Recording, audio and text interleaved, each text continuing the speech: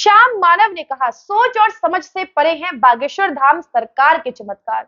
वो श्याम मानव जो चुनौती देते हैं बागेश्वर धाम को, आज खुद को चुनौती मिली तो थर थर कांपने उठे। आज खुद को चुनौती मिली तो चेहरे के सारे रंग उड़ गए। आज खुद को चुनौती मिली तो नीचे मुंह करके बैठ गए। दोस्तों, मैं बात कर रही हूँ उस डिबेट की जो श्याम मानव ने सुशांत सिन्हा, जो हमारे देश के उम्दा पत्रकार हैं, उनके साथ दी, जिसमें सुशांत सिन्हा ने उनको एक ऐसी बात कही जिसके बाद श्याम मानव के उड़े सारे चेहरे के रंग।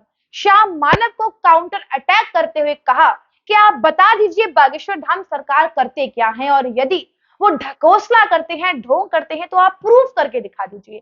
श्याम मानव ने घुटने टेके बागेश्वर धाम सरकार के आगे। बागेश्वर धाम को ढोंगी बताने वाले, ढकोसला बताने वाले श्याम मानव के चेहरे के उड़े सारे रंग।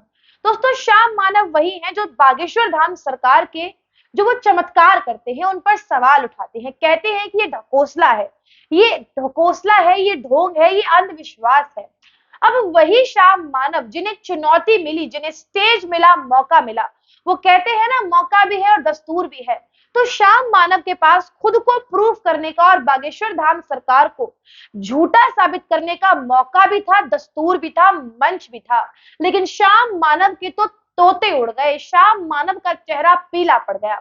हमारे देश के एक बहुत उम्दा पत्रकार हैं सुशांत सिन्हा जी, जिन्होंने ये सवाल किया श्याम मानव से कि जो बागेश्वर धाम करते हैं, यदि वो ढकोसला है, वो पाखंड है, तो मैं आपको मंच देता हूं, आप वो करके दिखा दीजिए। तो ये सिद्ध हो जाएगा ये पाखंड है, क्योंकि पाखंड तो सब कर सकते हैं, चमत्कार कोई कोई ही कर सकता है। लेकिन श्याम मानव ने ये कबूला कि बागेश्वर धाम जो भी करते हैं वो मेरी सोच से और समझ से परे है। वो श्याम मानव जो करोड़ों के इनाम रख चुके हैं बागेश्वर धाम सरकार के ऊपर, जो दिव्य दरबार में बागेश्वर धाम को एक्सपोज करना चाहते हैं, जो बागेश्वर धाम की एंट्री पर बैन लगाना चाहते हैं महाराष्ट्र में, वो बागेश्वर धाम के विरोधी श्याम मानव। आपको बता दें, श्याम मानव अंधश्रद्धा निर्मूलन जो समिति है उसके अध्यक्ष हैं।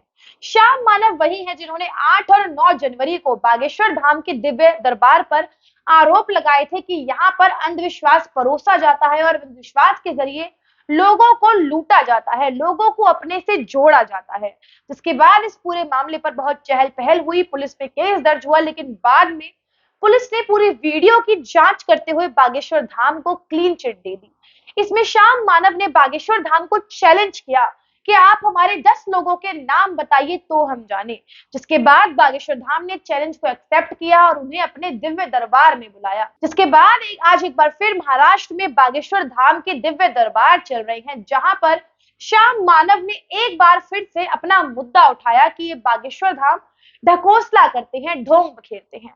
जिसके बाद श्याम मानव को पूरा मौका दिया गया सुशांत सिन्हा जी के द्वारा, लेकिन वो अपने आप को प्रूफ नहीं कर पाए। जिनके पास मौका था, वक्त था, मंच था, नहीं प्रूफ कर पाए हैं, क्योंकि प्रूफ करेंगे भी कैसे, उनके पास कोई आधार नहीं है, क्योंकि वो तो लोगों के कहे पे चल रहे हैं। श्याम मानव जी जो कांग्रेस पार्टी से आते हैं, हम सभी जानते हैं, लेकिन यहाँ पर विरोध बागेश्वर धाम सरकार का नहीं हो रहा, उनके चमत्कारों का भी नहीं हो रहा। यहाँ पर विरोध हो रहा है केवल और केवल हिंदू धर्म का, सनातन धर्म का, क्योंकि बागेश्वर धाम हिंदू एकता की बात करते हैं, बागेश्वर धाम सनातन धर्म की बात करते हैं, हिंदू राष्ट्र की बात करते हैं, और बागेश्वर धाम लोगों को एक करने की बात करते हैं। लेकिन जहां पर हिंदू राष्ट्र की मांग होगी, जहां पर हिंदू एकता की बात होगी, राष्ट्रीय एकता की बात होगी, वहां पर कांग्रेस पार्टी कैसे चुप बैठेगी? वरना ऐसे अंधविश्वास तो सुबह शाम हमारी गलियों में देखने को मिलते हैं, हम सभी देखते हैं। लेकिन यहाँ पर केवल और केवल विरोध करा जा रहा है हिंदू एकता का, हिंदू धर्म का, हिंदू राष्ट्र का, सनातन संस्कृति का। तो यहाँ पर एक लौता एजेंडा और मोटो यही है, केवल और केवल हिंदू धर्म को दबाने का। अंधविश्वास की बात करें तो ऐसे गली मोहल्ले में तमाम तरीके के बाबा हमें मिल जाएंगे जो अंधविश्वास को सरेआम परोसते हैं। पंजाब में एक प्रॉफिट है भूपिंदर नाम का, जो तमाम तरीके से इलाज करते हैं। और इलाज कैसे करते हैं? फूंक मार के बंदा दूर, टच करने पर लंगड़ा चलने लगता है, हाथ लगाने पर गूंगा बोलने लगता है, ऐसा ऐसा इलाज करते हैं। क्या ये अंधविश्वास में नहीं आता है?